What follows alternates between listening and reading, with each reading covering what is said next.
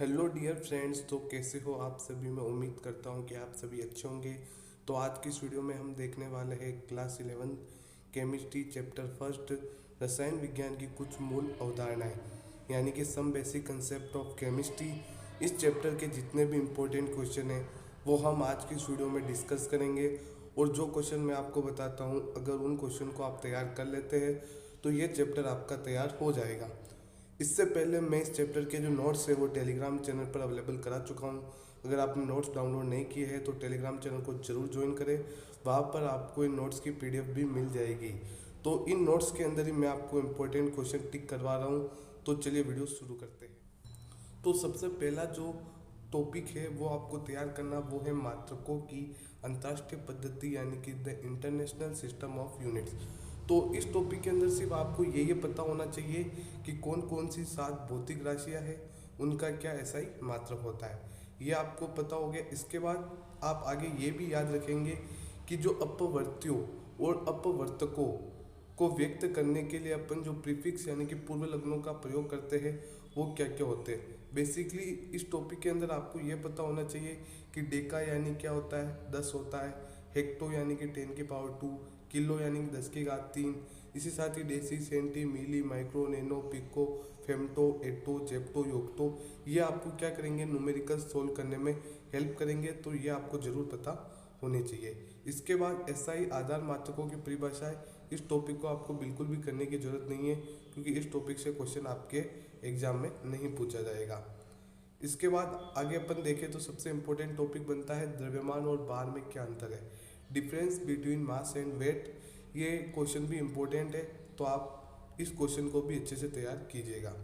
इसके बाद आयतन, ये आपको पता ही होगा कि आयतन की डेफिनेशन क्या होती है और उसका मात्रक क्या होता है। फिर जो डेंसिटी है वो भी आपको पता होना चाहिए कि डेंसिटी का फॉर्मूला क्या होता है और इसकी यूनिट क्या होती है। इसके बाद जो सबसे इम्पोर्टेंट टॉपिक निकल कर आ रहा है वो है टेम्परेचर। काफ़ी इम्पोर्टेंट टॉपिक है और इस टॉपिक पर आपको न्यूमेरिकल आपके एग्जाम में ज़रूर देखने को मिलेगा। आपको जो ये रिलेशन दिखाई दे रहा है ना, ये वाला रिलेशन, बस ये वाला रिलेशन याद करना है। अगर ये रिलेशन याद है तो आपके एक क्वेश्चन जरूर एग्जाम में पूछा जाएगा। जैसे कि यहाँ पर एक क्वेश्चन भी दे रखा है कि 25 डिग्री सेंटीग्रेड को फ़ारेनहाइट तथा केल्विन में परिवर्तित कीजिए। तो ये जो फॉर्मूला है वो आपको अच्छे से तैयार कर लेना है, क्योंकि इस पे क्वेश्चन आपको अपने एग्जाम में देखने को जरूर मिलेगा। इसके बाद अपन देखें और इम्पोर्टेंट टॉपिक कौन सा है आपका, तो वो है सार्थक अंक। ये भी काफ़ी इम्पोर्टेंट टॉपिक है और इस टॉपिक से 1 नंबर का क्वेश्चन आपके एग्जाम में पूछे जाने के पूरे चांसेस है। इसके अंदर क्या करना है, आपको जो ये रूल्स दे रखे हैं सार्थक अंकों को निर्धारित करने के नियम, ये जो जितने भी नियम दे रखे हैं उन सारे रूल्स को आप अच्छे से तैयार कीजिएगा, तो ये टॉपिक आपका अच्छे से तैयार हो जाएगा। इसके बाद जो सबसे इम्पोर्टेंट टॉपिक निकल कर आता है वो है विमीय विश्लेषण, यानी कि डायमेंशन एनालिसिस। डायमेंशन एनालिसिस के अंदर आपको क्या करना है, ये जो रूपांतरण गुणांक दे रखे हैं वो आपको याद करने हैं कि 1 कैलोरी किसके इक्वल होता है, 1 डाइन किसके इक्वल होता है, 1 अर्ग, 1 इलेक्ट्रॉन वोल्ट, अंगस्ट्रम, बार, माइक्रोन, नैनोमीटर, ये सारी चीज़ें आपको क्या होनी चाहिए, पता होनी चाहिए। जैसे कि यहाँ पर क्वेश्चन भी दे रखा है आपको 0.50 अंगस्ट्रम को आपको पिकोमीटर में रूपांतरित करना है। तो आपको क्या पता होना चाहिए, यूनिट्स पता होनी चाहिए, तभी आप इन क्वेश्चन को डील कर पाएंगे। अगर आपको न्यूमेरिकल सोल्व करने में दिक्कत आती है तो कोई टेंशन लेने की ज़रूरत नहीं है, आप कमेंट कर सकते हैं। मैं न्यूमेरिकल्स पर भी वीडियो लेकर आ जाऊँगा, लेकिन आप कमेंट ही नहीं करते हैं तो मैं कैसे लेके आऊँ। तो आपसे रिक्वेस्ट है कि न्यूमेरिकल्स नहीं बनते हैं तो आप कमेंट कीजिएगा, जल्दी ही जल्दी कैसे भी करके आपके लिए न्यूमेरिकल्स पर भी वीडियो लेकर आई जाएगी। तो ये जितने भी 4 एग्जाम्पल है उनको अच्छे से कर लीजिएगा डायमेंशन एनालिसिस यानी कि विमीय विश्लेषण के अंदर। इसके बाद अगला इंपॉर्टेंट टॉपिक आता है आपके रासायनिक संयोजन के नियम, यानी कि लॉज ऑफ केमिकल कॉम्बिनेशन। काफ़ी इंपॉर्टेंट है और इससे भी जो क्वेश्चन है वो हर बार आता है। सबसे पहला जो नियम है वो है द्रव्यमान संरक्षण का नियम, यानी कि law of conservation of mass. ये तो बिल्कुल सिंपल लॉ है, इसके एग्जाम में आने के चांसेस तो नहीं है, लेकिन आप ज़रूर एक बार पढ़ लीजिएगा कि क्या है रो। जो इम्पोर्टेंट रोल करता है वो है स्थिर अनुपात का नियम, लॉ ऑफ कांस्टेंट प्रोपोर्शनल। ये जो लॉ है वो काफ़ी इम्पोर्टेंट है और काफ़ी इम्पोर्टेंट रोल प्ले करेगा आपके एग्ज़ाम के अंदर। तो आपको क्या करना है, इस लॉ को अच्छे से याद करना है, स्थिर अनुपात का नियम।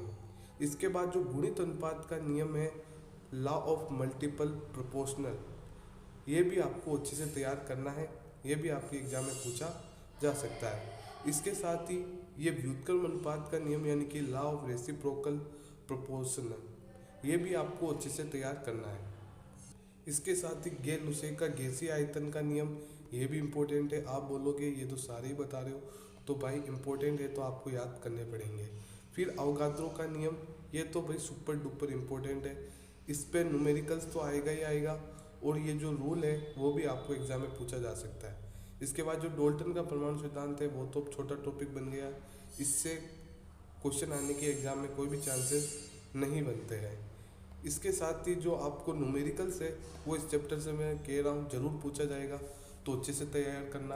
और ये वाला जो एग्जाम्पल है वो भी इम्पोर्टेंट है कि क्लोरीन के 2 समस्थानिक है, तो आपको उनका औसत परमाणु द्रव्यमान ज्ञात करना है, तो ये आपको पता होना चाहिए। और जो ये जो टॉपिक है आणविक द्रव्यमान यानी कि मोलर मास या फिर मोलिकुलर मास, इसमें से एक क्वेश्चन हर बार एग्जाम में आता है, ग्लूकोज अणु का आणविक द्रव्यमान परिकलित कीजिए। ये आपके एग्जाम में जरूर पूछा जा सकता है, तो इसे आपको अच्छे से तैयार करना है। इसके बाद इस चैप्टर की जान आ गई है मोल संकल्पना और मोलर द्रव्यमान यानी कि मोल कंसेप्ट एंड मोलर मासेस। तो मोल क्या होता है ये आपको पता होना चाहिए, एक मोल की डेफिनेशन पता होनी चाहिए, मोल और अवगाद्रो संख्या में क्या रिलेशन होता है ये आपको पता होना चाहिए, किसी गैस के एक मोल के द्वारा एसटीपी पर घेरा गया आयतन कितना होता है ये आपको पता होना चाहिए, अणुभार और वाष्प घनत्व में क्या रिलेशन है जो यहाँ पर बता रखा है वो आपको पता होना चाहिए। ये सारी चीज़ें आपको इसलिए पता होनी चाहिए कि आप क्या कर सके, न्यूमेरिकल सोल्व कर सके। आपको कोई भी एक सैंपल दे दिया जाएगा और इसमें से मोल्स कैलकुलेट करवाए जाएंगे, तो आपको फॉर्मूले आने चाहिए। और इस चैप्टर की जो जान बचती है वो इस डायग्राम में बचती है। अगर आप इस डायग्राम को अच्छे से तैयार कर लेते हो तो आपके जो छोटे छोटे क्वेश्चन है मोल कंसेप्ट को लेकर वो तो आसानी से सॉल्व हो जाएंगे, तो इसको आप अच्छे से तैयार कीजिएगा। प्रतिशत संगठन, इसके आने के इतने चांसेस नहीं है। मूलानुपाती सूत्र और आणविक सूत्र, empirical formula and molecular formula, ये जो टॉपिक है वो काफ़ी इंपॉर्टेंट है, इसमें आपका क्वेश्चन जरूर आएगा, पहले ही कह रहा हूँ। ये जो रूल्स है उनको अच्छे से तैयार कर लेना, उसके बाद ये जो क्वेश्चन है वो आप जरूर लगा लीजिएगा। मूलानुपाती सूत्र और आणविक सूत्र कैसे ज्ञात करते हैं। इसके बाद अगला टॉपिक आता है आपका स्टाइक्योमेट्री एंड स्टाइक्योमेट्रिक परिकलन, ये भी इम्पोर्टेंट है, इस पर भी न्यूमेरिकल्स पूछा जा सकता है, न्यूमेरिकल्स के पॉइंट ऑफ व्यू से इम्पोर्टेंट है। और फिर जो सबसे इम्पोर्टेंट टॉपिक है वो है सीमांत अभिकर्मक, लिमिटिंग रीजेंट, जिसे कि आप शॉर्ट में LR भी कहते हैं। तो LR की डेफिनेशंस पूछी जा सकती है, हो सकता है कि आपसे कोई न्यूमेरिकल भी पूछ ले, तो इस चैप्टर से न्यूमेरिकल आने के ज़्यादा चांसेस है, वरना थ्योरी में क्या क्या आएगा वो तो मैंने आपको बता ही दिया। इसके साथ ही आपको कुछ जो टर्म्स होती है वो पता होनी चाहिए, जैसे कि मोलन्स, ये क्या होता है। इसके बाद मोललता काफ़ी इम्पोर्टेंट है, मोलिलिटी। इसके साथ ही एक जो टॉपिक और है वो मोलरता, आपको मोलरता और मोललता ये दोनों टॉपिक क्लियर होने चाहिए, मोलिलिटी एंड मोलिलिटी, इसमें अंतर भी पूछ सकता है या फिर आपको इनके डेफिनेशंस भी पूछ सकता है। तो इस तरह से आपका जो चैप्टर फर्स्ट है वो कंप्लीट होता है। आई होप जो मैंने टॉपिक आपको बताए हैं वो टॉपिक आप अच्छे से तैयार कीजिएगा। फिर भी आपको कोई भी डाउट आता है तो आप ज़रूर कमेंट कर सकते हैं। ज़्यादा थ्योरी नहीं है इसके अंदर, कुछ न्यूमेरिकल्स के पॉइंट ऑफ व्यू से ये ज़्यादा इंपॉर्टेंट है, क्योंकि ये फिजिकल केमिस्ट्री का चैप्टर है तो न्यूमेरिकल बनना तो जायज़ है। तो आई होप आपको ये वीडियो पसंद आई है और जो टॉपिक्स मैंने आपको बताए हैं उनको आप ज़रूर तैयार करेंगे। तो चलिए मिलते हैं आपसे अगली वीडियो में, तब तक के लिए बाय बाय।